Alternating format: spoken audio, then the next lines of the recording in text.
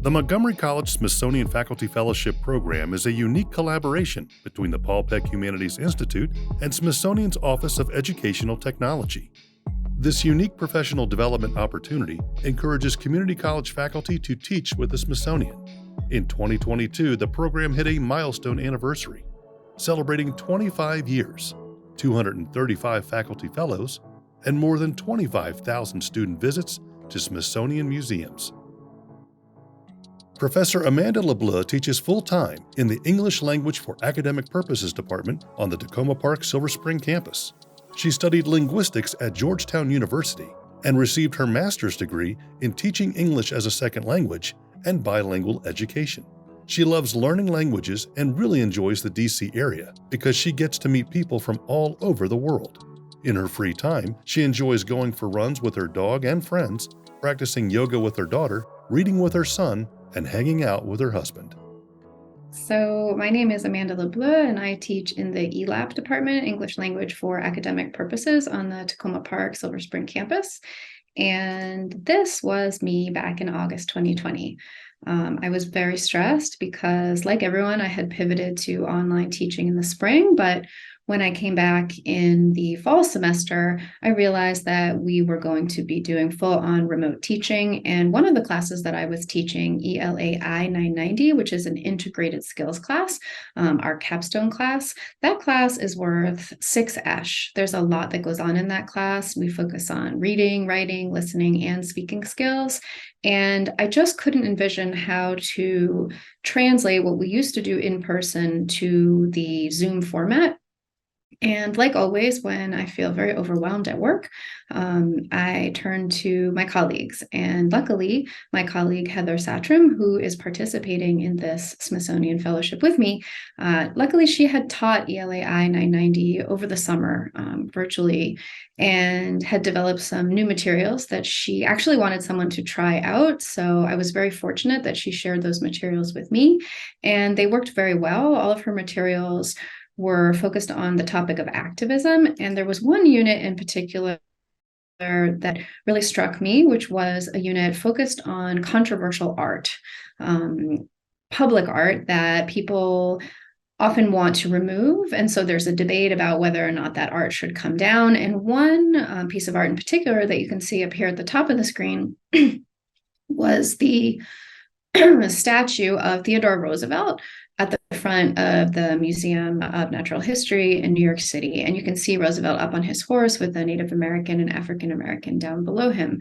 And artist Titus Kaphar, who's pictured in the bottom image, he gives a TED Talk on art and the idea of shifting our gaze and trying to focus on what might be important but may have been obscured by the artist who created the work. And in the beginning of Kaphar's TED Talk, he actually describes this statue and his son's reaction on seeing the statue in person.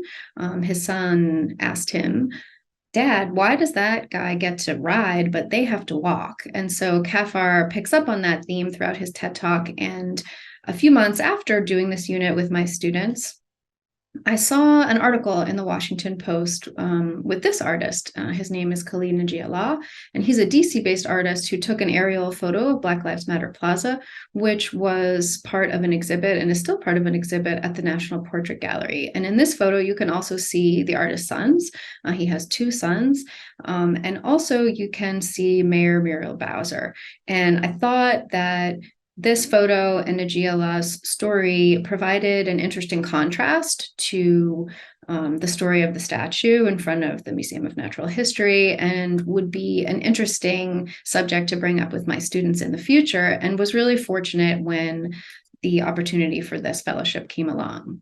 I knew that I wanted to take my students to see Najiala's photo in the Block by Block exhibit at the National Portrait Gallery, but that exhibit is a temporary exhibit and it's kind of small. So I decided, in addition to taking them to Block by Block, we would also go see 2 other exhibits on the same floor, the Struggle for Justice and the Outwin 2022 Portraiture Competition.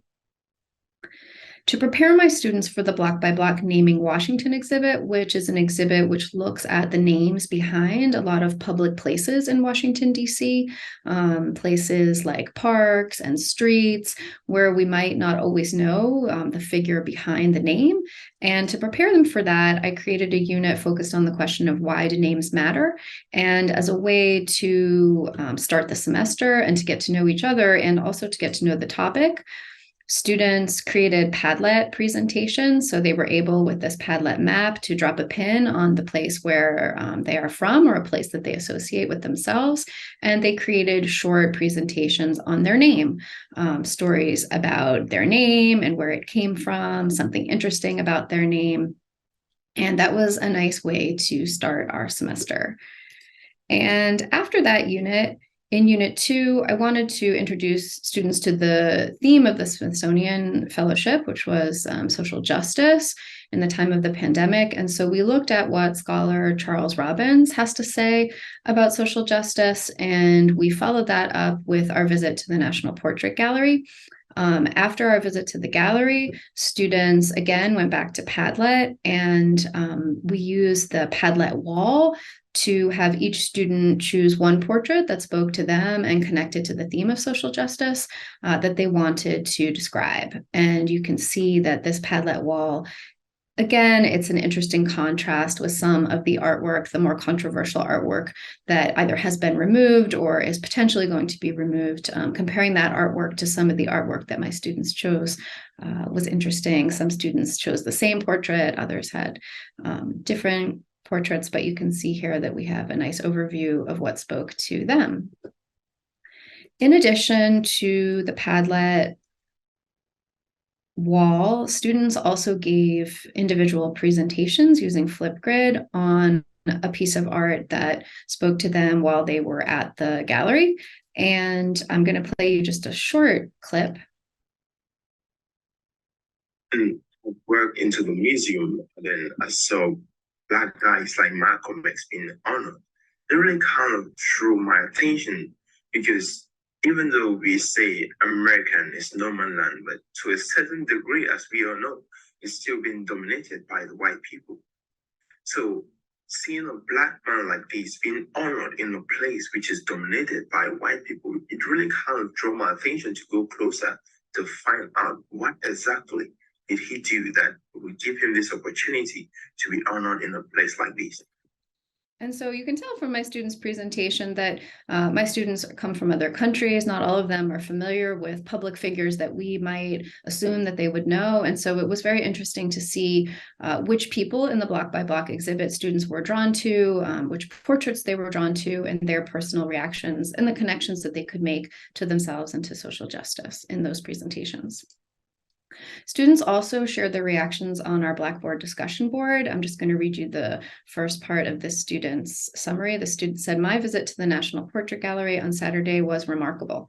Visiting the gallery with a specific purpose in mind allowed me to spend quality time looking, reading, and watching the different arts without aimlessly walking around." And I think that was one of the biggest benefits of being part of this fellowship, was the opportunity to slow down and look carefully at a piece of art and to help my students to do the same, and just the general reflection that that kind of activity encouraged. And we were able to bring that reflection back into other activities that we did throughout the semester. We continued with our visits to museums, this time with a virtual visit to the Museum of the American Indian, looking at the question of myths versus truths when it comes to the story of Native Americans or the stories of Native Americans. And students went to a virtual visit called The Americans. And this was in between Columbus Day and Thanksgiving. So it was interesting to talk about Thanksgiving or the invention of Thanksgiving and what we know in terms of fact versus the myth that we have created. And so students did some writing about that. And then the last thing that we did was a capstone project.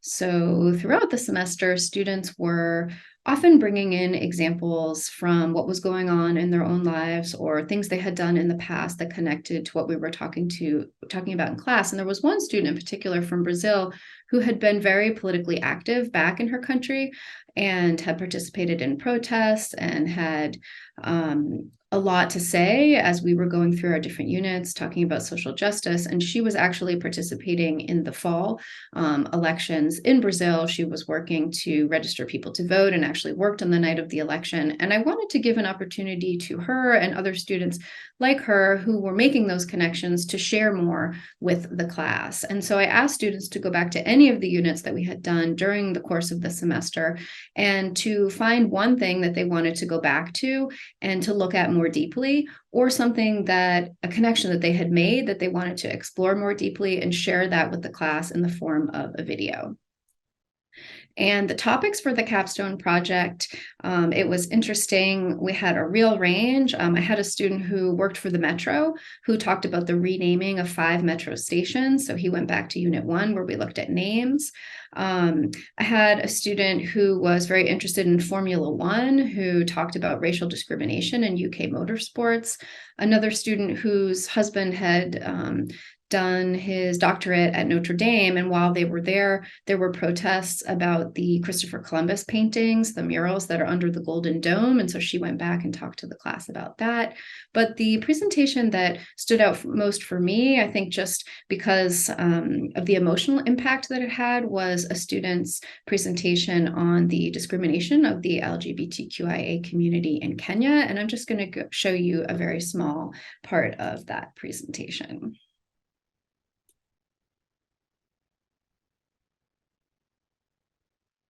When thinking about the connection I can make between the themes of our units this semester and the places in my own community, I was immediately drawn to how the LGBTQIA community is being treated in Kenya. As a member of the LGBTQIA, born and raised in Kenya, I have seen it all. The discrimination that we face within our community is sometimes unbearable.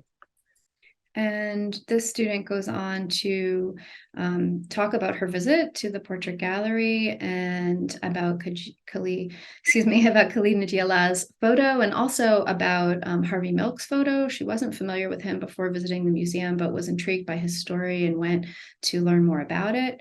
And she also talked about her own experiences as a student in Kenya and what she faced, and about other students who have faced similar things, and talked about them within the context of social justice, and went back to Charles Robbins, who we had looked at together during the semester, and shared some stories. And in the end,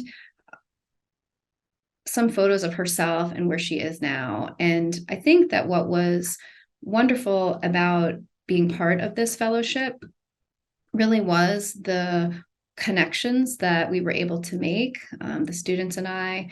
And this was a virtual class. I had never been in person. I had not been back in person since the start of the pandemic. And although it was a virtual class, preparing for our visit to the portrait gallery and actually going there, and then what happened afterwards, it built a new kind of community for our class. And I'm very grateful to have been part of this fellowship. Thank you very much, because it really was inspiring to me and to my students.